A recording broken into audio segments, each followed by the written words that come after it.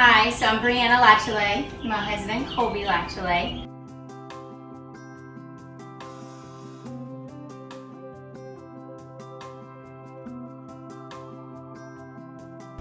So how has Maddie's been a part of our grief journey? So this could be a really long story. Well, unfortunately, in July 3rd of 2016, we lost our little boy named Tripp. I was 39 weeks pregnant and we had him, he was stillborn. It was very normal, easy going pregnancy. Everything went great. He was our second child. So we were just super excited to give, our oldest son, Tucker, a little brother. Like I said, everything was easy going. Well, I woke up one morning not really feeling myself, so we decided to go ahead and head on to the hospital and just to check on and make sure everything's going okay. And honestly, I actually thought that I might be going into preterm labor. So I was more excited than worried because I thought, oh, well, maybe he's just gonna come a few days early.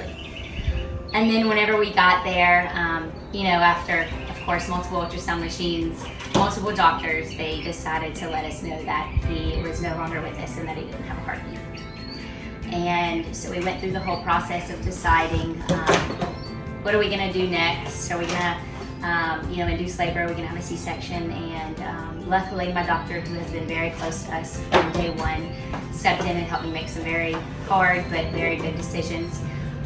We ended up giving birth to him that night, and within hours, my husband started getting phone calls from Maddie's. And that was kind of the day that Maddie stepped into our lives, and little did we know we were going to become so involved so quickly. One of the biggest things that I can remember from when she first went to one of her first Maddie's meetings, she came back and one of her first words were, "I'm not the only crazy one." I thought that was the funniest thing, because I'm thinking in the back of my mind, God, there's a bunch of y'all. But I think her connecting with Maddie's and having a group that understood what she was going through took the edge off of her, because as a husband, I didn't know what to say. And it tore me up not being able to help her. But females and men, we deal with things totally different. So I'm very grateful for Maddie's and all the people she's met, because it's helped her move on and do tremendous things in Tripp's name. It's been very fun. It's not a great group to join, but once you're in it, it's been excellent. So very appreciative of that. About 6 months after I lost Tripp, me and my husband and actually a few of our friends got together, and we just thought, well, let's make it an annual thing. Let's do something every year. What can we do to keep his name alive, to celebrate him, and to also help other people in need. And we realized it brought us all back to Maddie's footprints. So that led into the Black Pot Cook-Off. It's called the Angel Tea Black Pot Cook-Off.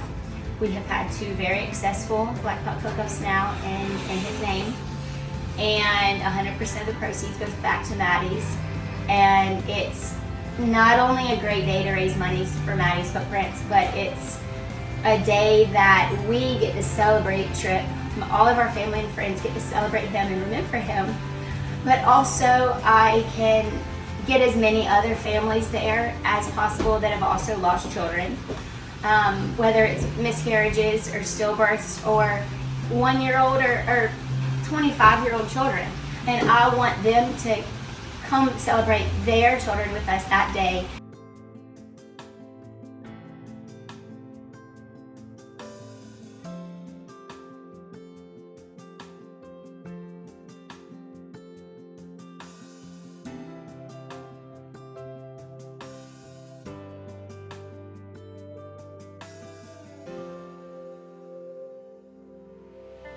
So a message that we would like to give a more current Maddie's family, or a family who has been more recently introduced into Maddie's, is that feeling that you have in your gut right now, that emptiness, that pain, I promise it's not gonna last at that level forever. And that's something that took me a really long time to figure out. But I promise one day you'll begin to have less bad days than good days. You'll begin to have more good days and more good moments. And the main thing to remind yourself daily is that whenever you're thinking about your baby or talking about your baby, I promise you that you are going to smile more often whenever you're talking about them one day than you do now. And the reason I know that is because 4 years later, I can finally say that. And it's not going to take a few weeks or a few months. Sometimes it takes years, and that's okay. Just know that it's going to come one day, and you'll never forget them, and you'll never stop hurting for them. But I promise you, you're going to have just as many good feelings for them as you do bad one day. And I'm also here to say that Maddie's Footprints has a lot to do with that. I'm a very open person. I love to talk about my feelings with people, and I love to talk to other people about theirs. So in my mind at first, that's why I thought Maddie's drew me in so much. But what I also want to say is that every single family of Maddie's Footprints grieves differently. We are all very different. We have very different healing processes. And that's the great thing about Maddie's, is that whether you are a very quiet person, like my husband, or very open, like me, or anything at all, just go to that first Maddie's meeting at some point, whether it's a few weeks out, whether it's a few years out, because I promise you, you're going to find somebody there that you're going to fit with.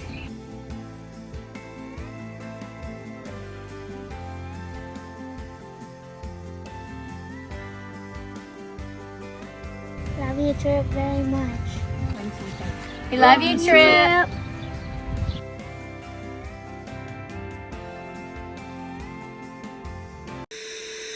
Hey, Cooper.